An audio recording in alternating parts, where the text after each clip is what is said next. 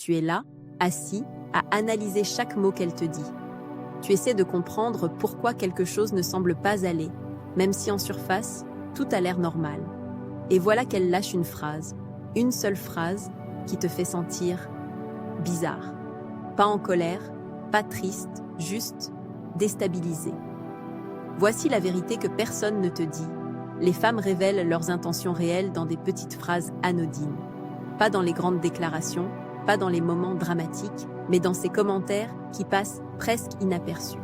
Et si tu ne sais pas les décoder, tu peux passer des mois, voire des années, à investir dans quelqu'un qui t'a déjà quitté mentalement. Aujourd'hui, je vais te donner le décodeur. 7 phrases exactes.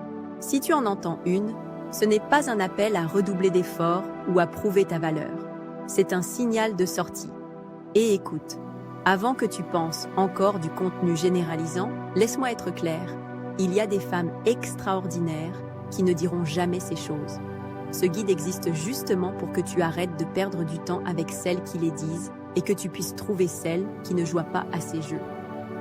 La phrase numéro 4, c'est celle que j'entends le plus souvent dans les témoignages d'hommes qui regrettent d'être restés trop longtemps. On va la décortiquer ensemble.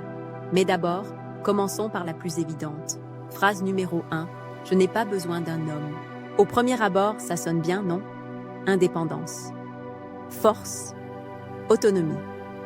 Toutes des qualités que tu recherches probablement chez une partenaire. Le problème, ce n'est pas ce que cette phrase dit en surface. C'est ce qu'elle révèle sur comment elle perçoit les relations.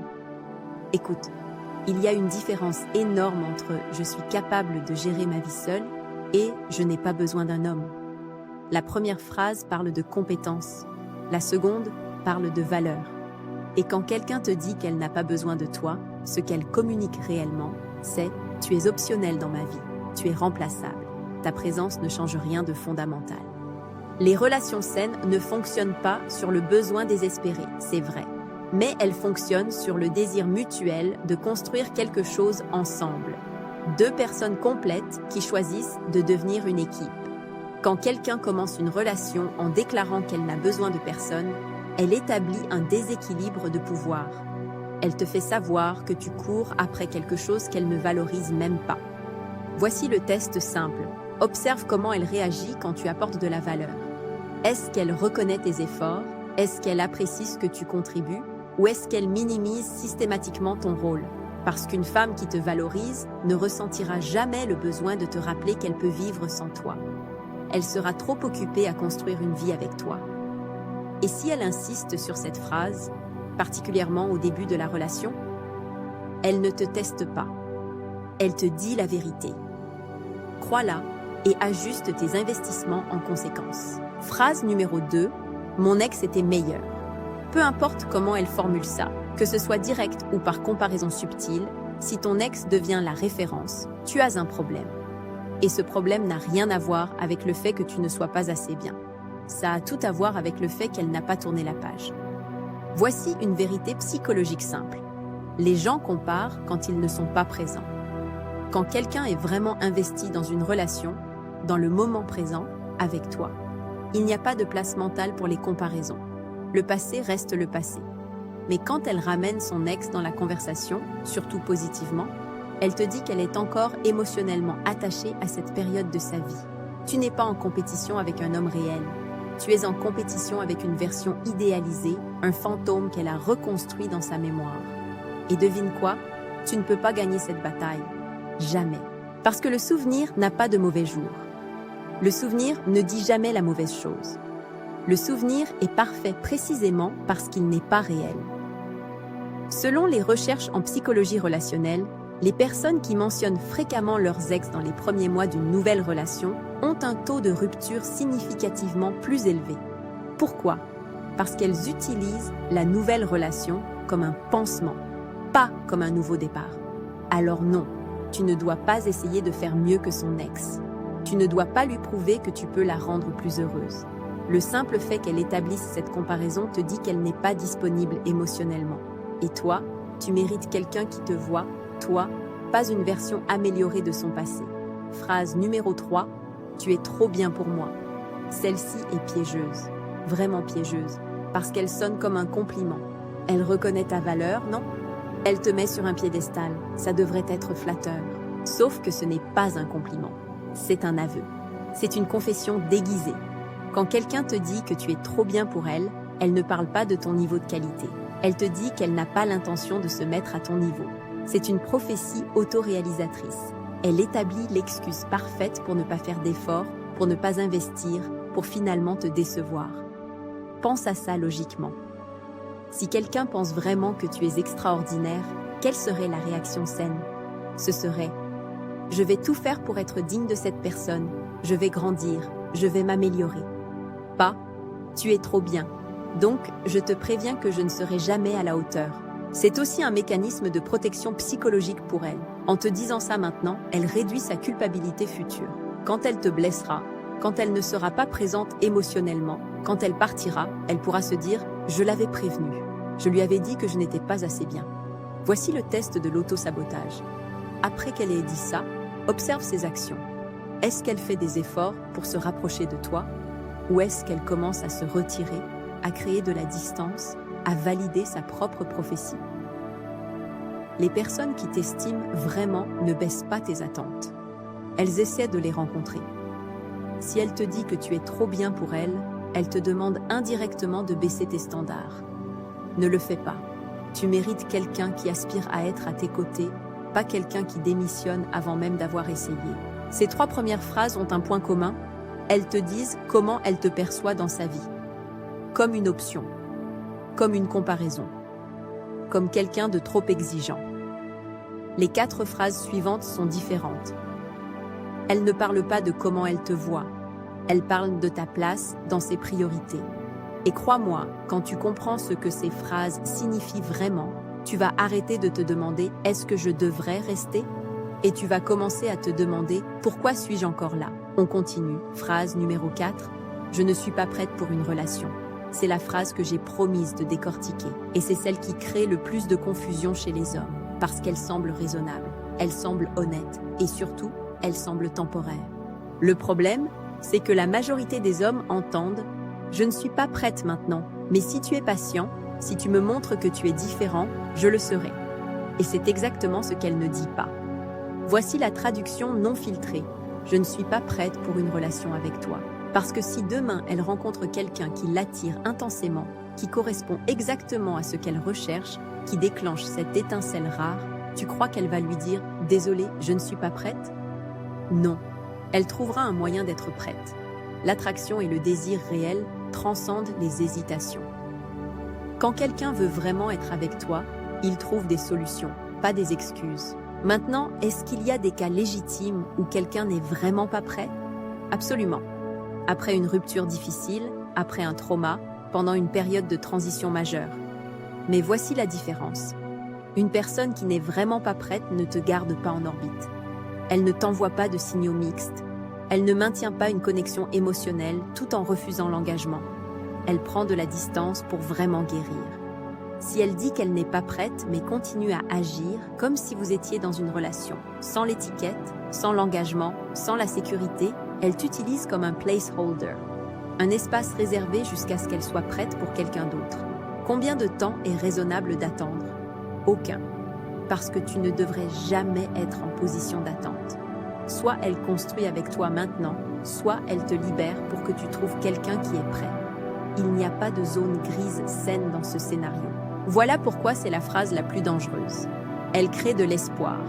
Elle te fait croire que c'est une question de timing, alors qu'en réalité, c'est une question de choix. Le sien. Et elle a déjà choisi. Phrase numéro 5.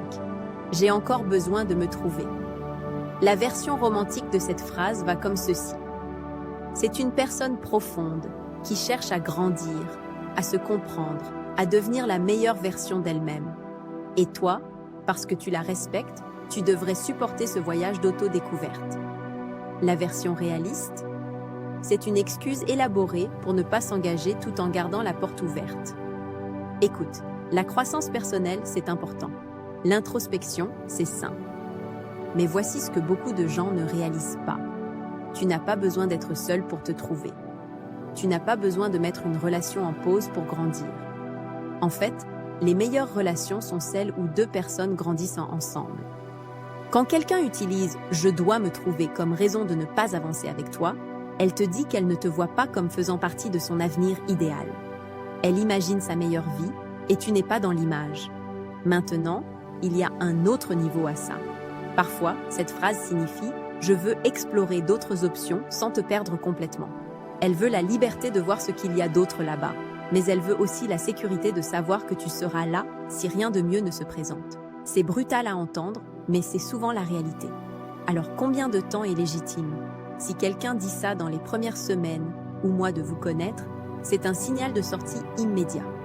Si c'est dans une relation établie et qu'elle peut articuler exactement ce qu'elle cherche à découvrir, avec une timeline claire et un plan, peut-être, et c'est un grand peut-être, que c'est légitime.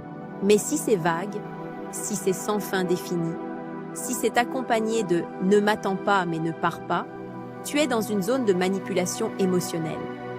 Ta croissance est aussi importante que la sienne, et tu ne peux pas grandir en étant en pause, en attendant que quelqu'un décide si tu vaux son temps. Phrase numéro 6, tu mérites mieux. Si les phrases précédentes étaient des avertissements voilés, celle-ci est un rejet emballé dans du papier cadeau. C'est brillant, vraiment, d'un point de vue stratégique, parce qu'elle te dit qu'elle ne veut pas être avec toi, mais elle le formule de manière à ce que tu ne puisses pas être en colère contre elle. Comment pourrais-tu?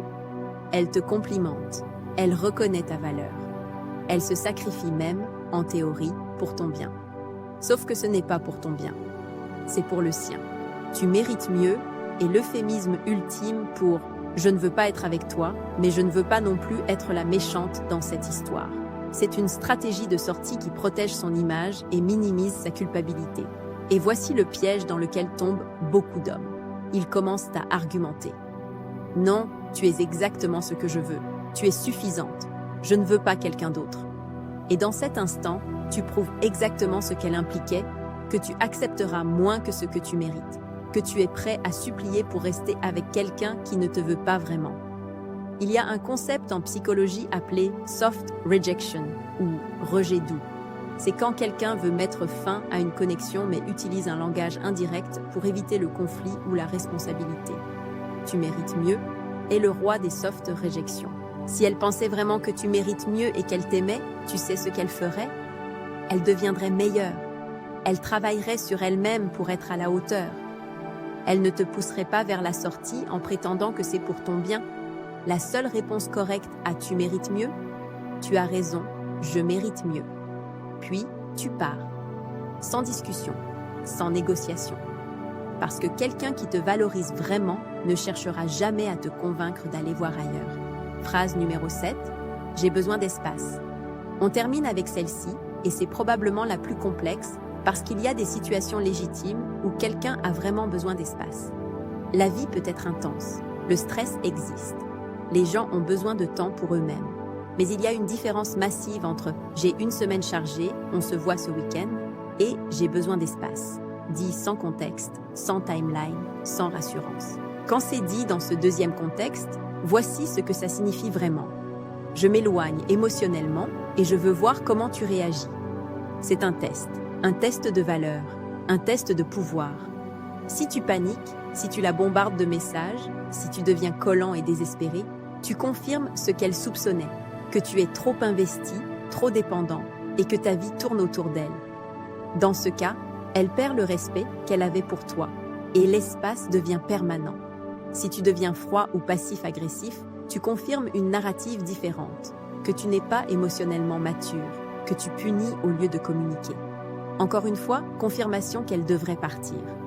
Alors, quelle est la bonne réponse? Simple, tu respectes sa demande, tu lui donnes tout l'espace qu'elle veut, mais tu ne restes pas figé en attendant qu'elle revienne. Tu continues ta vie, tu te concentres sur tes objectifs, tes passions, tes amis, ta croissance. Tu lui montres, par ton comportement, que ta valeur ne dépend pas de sa présence. Et voici ce qui se passe généralement. Soit elle réalise qu'elle était en train de tester quelqu'un qui n'a pas besoin d'être testé, et elle revient avec plus de respect. Soit elle ne revient pas, et tu as ta réponse définitive sans avoir perdu ta dignité. Mais comprends bien ceci. Une femme qui t'aime vraiment, qui se sent en sécurité avec toi, qui voit un avenir avec toi, ne crée pas de la distance pour tester ta réaction. Elle communique.